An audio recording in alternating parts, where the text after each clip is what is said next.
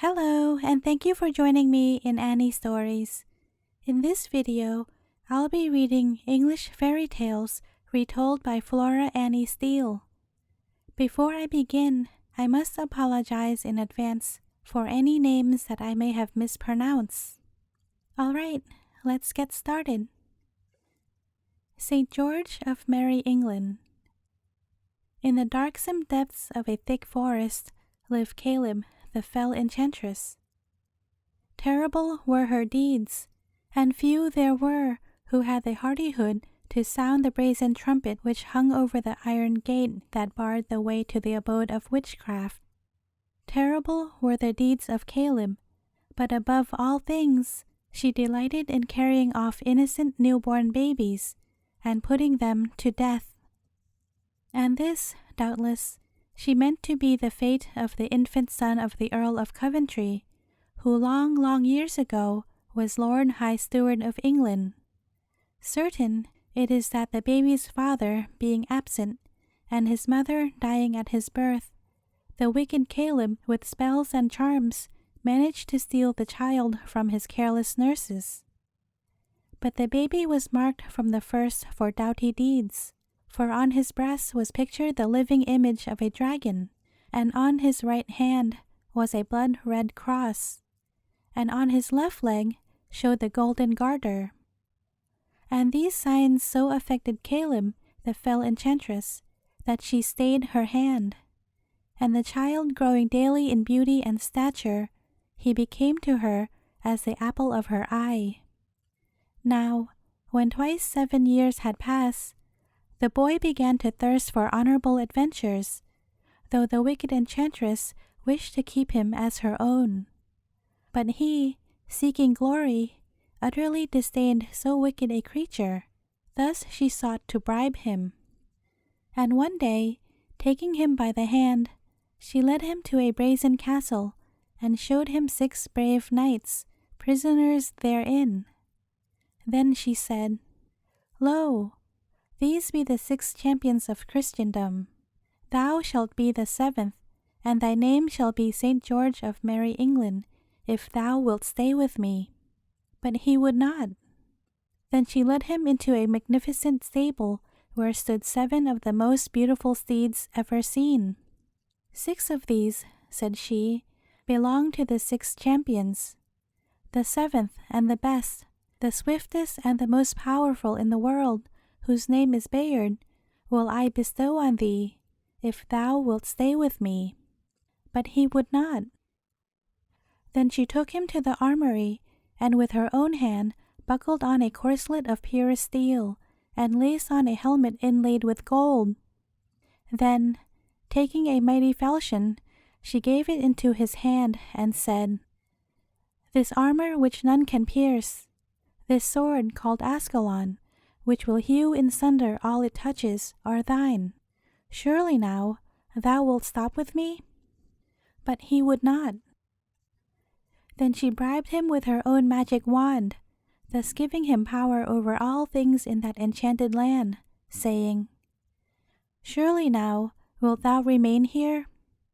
But he, taking the wand, struck with it a mighty rock that stood by, and lo, it opened, and laid in view a wide cave garnished by the bodies of a vast number of innocent newborn infants, whom the wicked enchantress had murdered. Thus using her power, he bade the sorceress lead the way into the place of horror, and when she had entered, he raised the magic wand yet again, and smote the rock. And lo, it closed forever, and the sorceress was left to bellow forth her lamentable complaints to senseless stones. Thus was St. George freed from the Enchanted Land, and taking with him the 6 other champions of Christendom on their steeds, he mounted Bayard and rode to the city of Coventry. Here for 9 months they abode, exercising themselves in all feats of arms.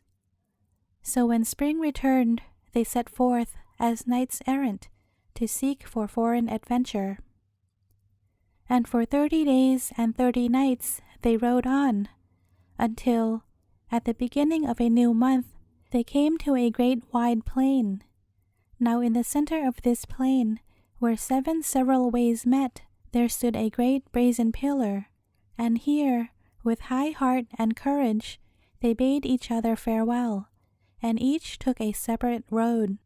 Hence, St. George on his charger Bayard rode till he reached the seashore, where lay a good ship bound for the land of Egypt. Taking passage in her, after long journeying, he arrived in that land when the silent wings of night were outspread, and darkness brooded on all things. Here, coming to a poor hermitage, he begged a night's lodging, on which the hermit replied, "Sir Knight of merry England, for I see her arms graven on thy breastplate, thou hast come hither in an ill time, when those alive are scarcely able to bury the dead by reason of the cruel destruction waged by a terrible dragon, who ranges up and down the country by day and by night. If he have not an innocent maiden to devour each day, he sends a mortal plague amongst the people, and this has not ceased for 24 years, so that there is left throughout the land but one maiden, the beautiful Sabia, daughter to the king.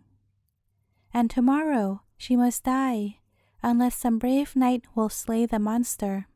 To such will the king give his daughter in marriage, and the crown of Egypt in due time." "For crowns I care not," said St. George boldly, "but the beauteous maiden shall not die. I will slay the monster." So, rising at dawn of day, he buckled on his armor, laced his helmet, and with the falchion Ascalon in his hand, bestrode Bayard, and rode into the valley of the dragon. Now on the way he met a procession of old women, weeping and wailing, and in their midst the most beauteous damsel he had ever seen. Moved by compassion, he dismounted, and bowing low before the lady, entreated her to return to her father's palace, since he was about to kill the dreaded dragon. Whereupon the beautiful Sabia, thanking him with smiles and tears, did as he requested, and he, remounting, rode on his emprise. Now, no sooner did the dragon catch sight of the brave knight than its leathern throat sent out a sound more terrible than thunder, and weltering from its hideous den, it spread its burning wings and prepared to assail its foe. Its size and appearance might well have made the stoutest heart tremble. From shoulder to tail ran full 40 feet. Its body was covered with silver scales. Its belly was as gold, and through its flaming wings the blood ran thick and red. So fierce was its onset that at the very first encounter the knight was nigh felled to the ground. But recovering himself, he gave the dragon such a thrust with his spear that the latter shivered to 1,000 pieces, whereupon the fierce monster smote him so violently with its tail that both horse and rider were overthrown. Now, by great good chance, St. George was flung under the shade of a flowering orange tree, whose fragrance hath this virtue in it, that no poisonous beast dare come within the compass of its branches. So there the valiant knight had time to recover his senses, until with eager courage he rose, and rushing to the combat, smote the burning dragon on the burnished belly with his trusty sword Ascalon, and therein after spouted out such black venom as falling on the armor of the knight burst it in twain.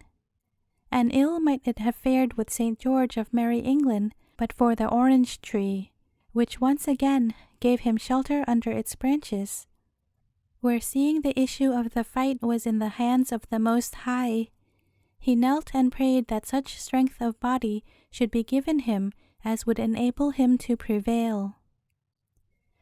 Then with a bold and courageous heart he advanced again, and smote the fiery dragon under one of his flaming wings, so that the weapon pierced the heart, and all the grass around turned crimson with the blood that flowed from the dying monster.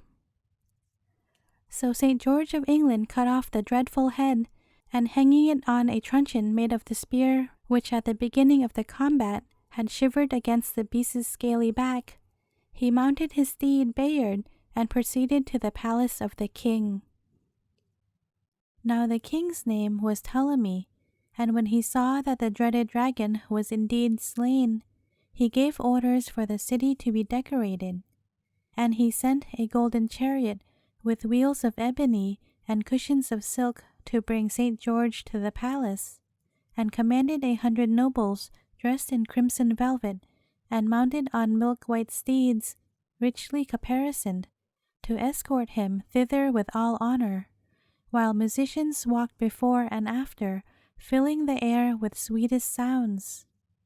Now the beautiful Sabia herself washed and dressed the weary knight's wounds, and gave him in sign of betrothal a diamond ring of purest water.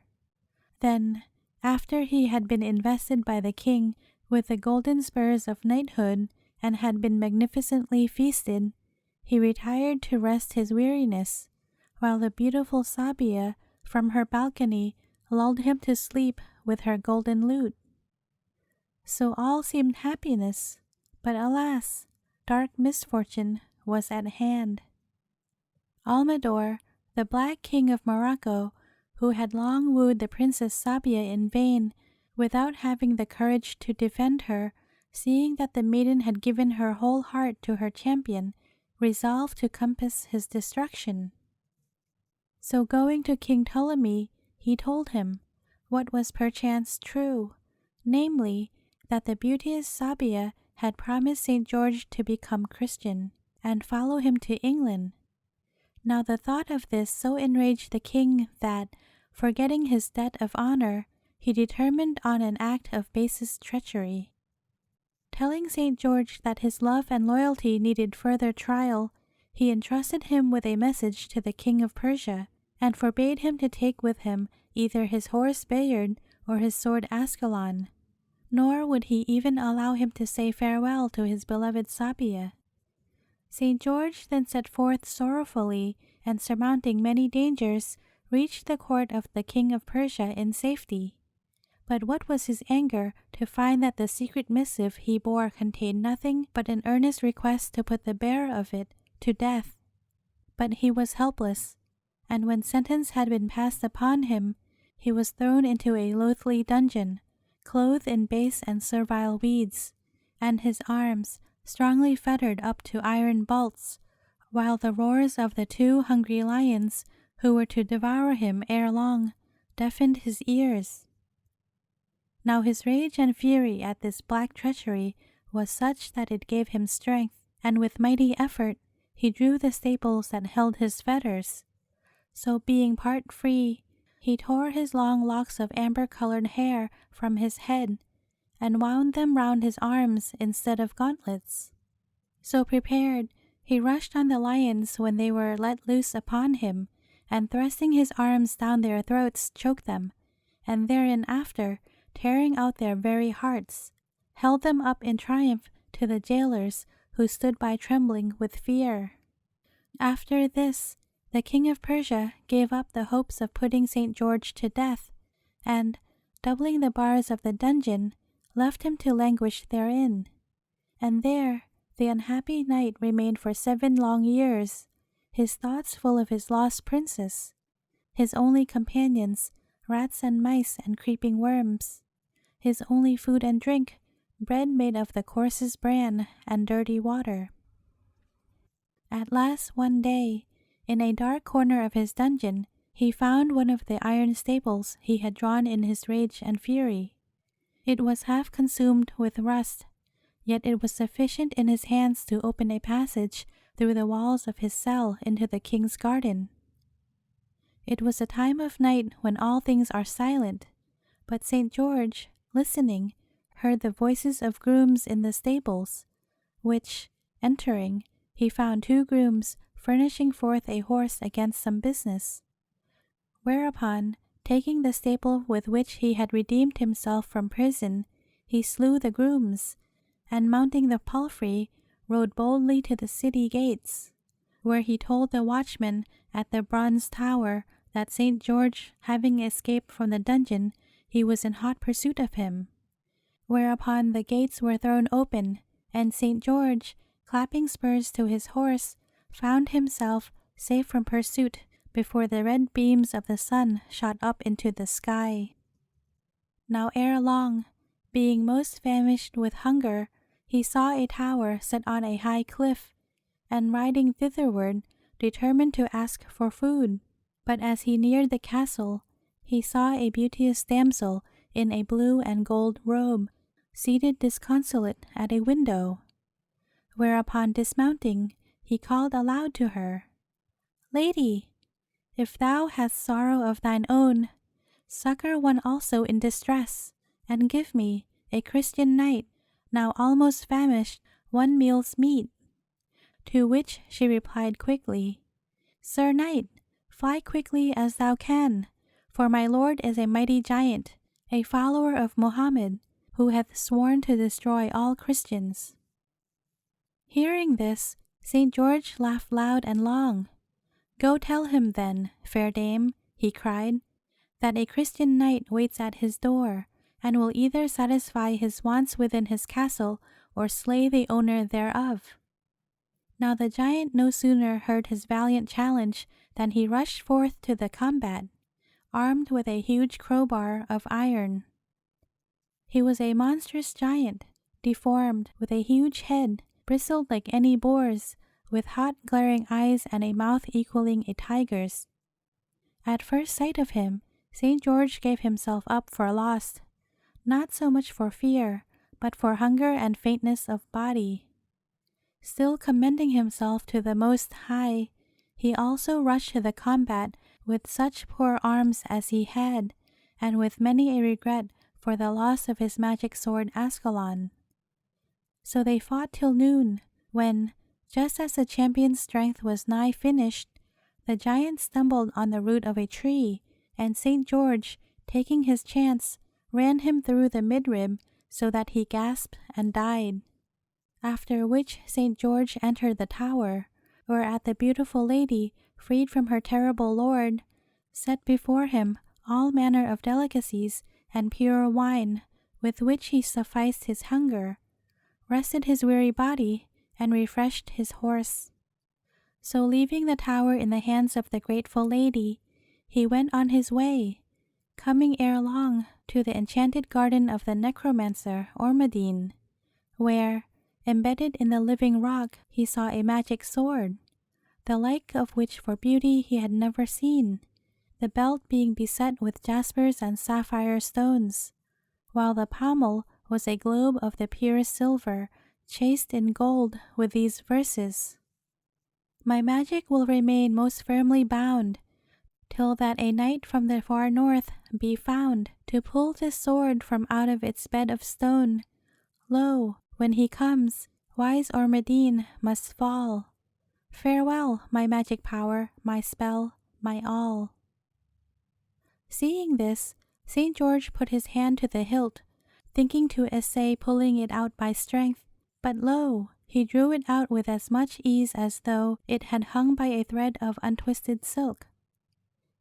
And immediately every door in the enchanted garden flew open, and the magician Ormadine appeared, his hair standing on end, and he, after kissing the hand of the champion, led him to a cave where a young man, wrapped in a sheet of gold, lay sleeping, lulled by the songs of 4 beautiful maidens. "The knight whom thou seest here," said the necromancer in a hollow voice, "is none other than thy brother in arms, the Christian champion, St. David of Wales.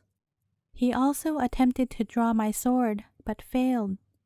Him hast thou delivered from my enchantments, since they come to an end." Now, as he spoke, came such a rattling of the skies, such a lumbering of the earth as never was, and in the twinkling of an eye, the enchanted garden and all in it vanished from view, leaving the champion of Wales roused from his 7 years' sleep, giving thanks to St. George, who greeted his ancient comrade heartily. After this, St. George of Merrie, England, travelled far and travelled fast, with many adventures by the way, to Egypt, where he had left his beloved princess Sabia, But, learning to his great grief and horror from the same hermit he had met on his first landing, that, despite her denials, her father, King Ptolemy, had consented to Almidor, the Black King of Morocco, carrying her off as one of his many wives, he turned his steps toward Tripoli, the capital of Morocco, for he was determined at all costs to gain a sight of the dear princess from whom he had been so cruelly rent. To this end he borrowed an old cloak of the hermit, and disguised as a beggar gained admittance to the gate of the women's palace, where were gathered together on their knees many others, poor, frail, infirm. And when he asked them wherefore they knelt, they answered, "Because good Queen Sabia succors us that we may pray for the safety of St. George of England, to whom she gave her heart." Now, when St. George heard this, his own heart was like to break for very joy, and he could scarce keep on his knees when, lovely as ever, but with her face pale and sad and wan from long distress, the Princess Sabia appeared clothed in deep mourning. In silence, she handed an alms to each beggar in turn, but when she came to St. George, she started and laid her hand on her heart. Then she said softly, "Rise up, sir beggar. Thou art too like one who rescued me from death, for it to be meet for thee to kneel before me." Then St. George, rising and bowing low, said quietly, "Peerless lady, lo, I am that very knight to whom thou didst condescend to give this." And with this he slipped the diamond ring she had given him on her finger. But she looked not at it, but at him, with love in her eyes. Then he told her of her father's base treachery and Almidor's part in it, so that her anger grew hot, and she cried, "Waste no more time in talk. I remain no longer in this detested place. Ere Almidor returns from hunting, we shall have escaped." So she led St. George to the armory, where he found his trusty sword Ascalon, and to the stable, where his swift steed Bayard stood ready caparisoned. Then, when her brave knight had mounted, and she, putting her foot on his, had leapt like a bird behind him, St. George touched the proud beast lightly with his spurs, and, like an arrow from a bow, Bayard carried them together over city and plain, through wood and forest, across rivers and mountains and valleys, until they reached the land of Greece. And here they found the whole country in festivity over the marriage of the king. Now amongst other entertainments was a grand tournament, the news of which had spread through the world, and to it had come all the other 6 champions of Christendom. So St. George, arriving, made the 7th, and many of the champions had with them the fair lady they had rescued. St. Denis of France brought beautiful Eglantine, St. James of Spain sweet Celestine, while noble Rosalind accompanied St. Anthony of Italy. St. David of Wales, after his 7 years' sleep, came full of eager desire for adventure. St. Patrick of Ireland, ever courteous, brought all the 6 swan princesses, who, in gratitude, had been seeking their deliverer, St. Andrew of Scotland, since he, leaving all worldly things, had chosen to fight for the faith. So all these brave knights and fair ladies joined in the joyful jousting, and each of the 7 champions was in turn chief challenger for a day. Now in the midst of all the merriment appeared 100 heralds from 100 different parts of the Paynim world, declaring war to the death against all Christians. Whereupon the 7 champions agreed that each should return to his native land to place his dearest lady in safety, and gather together an army, and that 6 months later they should meet, and joining in one legion, go forth to fight for Christendom. And this was done. So having chosen St. George as chief general, they marched on Tripoli with the cry, "For Christendom we fight, for Christendom we die." Here the wicked Almador fell in single combat with St. George, to the great delight of his subjects, who begged the champion to be king in his stead. To this he consented, and, after he was crowned, the Christian host went on towards Egypt, where King Ptolemy, in despair of vanquishing such stalwart knights, threw himself down from the battlements of the palace and was killed. Whereupon, in recognition of the chivalry and courtesy of the Christian champions, the nobles offered the crown to one of their number, and they, with acclaim, chose St. George of Merrie, England. Thence, the Christian host journeyed to Persia, where a fearsome battle raged for 7 days, during which 200,000 pagans were slain, beside many who were drowned in attempting to escape. Thus they were compelled to yield, the emperor himself happening in the hands of St. George and 6 other viceroys into the hands of the 6 other champions. And these were most mercifully and honorably entreated after they had promised to govern Persia after Christian rules. Now the emperor, having a heart fraught with despite and tyranny, conspired against them, and engaged a wicked wizard named Osman to so beguile 6 of the champions that they gave up fighting and lived an easy, slothful life. But St. George would not be beguiled, neither would he consent to the enchantment of his brothers. And he so roused them that they never sheathed their swords, nor unlocked their armor, till the wicked emperor and his viceroys were thrown into that very dungeon in which St. George had languished for 7 long years. Whereupon St. George took upon himself the government of Persia, and gave the 6 other champions the 6 viceroyalties. So, attired in a beautiful green robe, richly embroidered, over which was flung a scarlet mantle bordered with white fur and decorated with ornaments of pure gold, he took his seat on the throne, which was supported by elephants of translucent alabaster. And the heralds at arms, amid the shouting of the people, cried, "Long live St. George of Merrie, England, Emperor of Morocco, King of Egypt, and Sultan of Persia."